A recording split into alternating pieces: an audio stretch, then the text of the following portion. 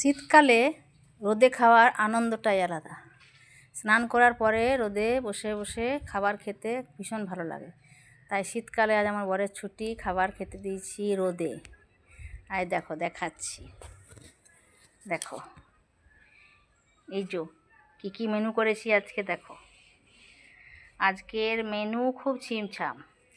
এটা হচ্ছে পালং শাক ভাজা, এটা লাউয়ের খোসা ভাজা, এটা লাউ চিংড়ি, আর আজকে করেছি পেঁপে, আলু, মাছ, গাজর এই দিয়ে একটা মাছের ঝোল। এই হচ্ছে আজকের মেনু, খুব সাধারণ। দেখো রোদে বসে বসে খাচ্ছে উঠোনে। এই দেখো আমার মেয়েও খাচ্ছে বসে বসে, খাচ্ছে কম, মোবাইল দেখছে বেশি। তোমাদের বাচ্চারা এরকম করে? বন্ধুরা জানাবে তো।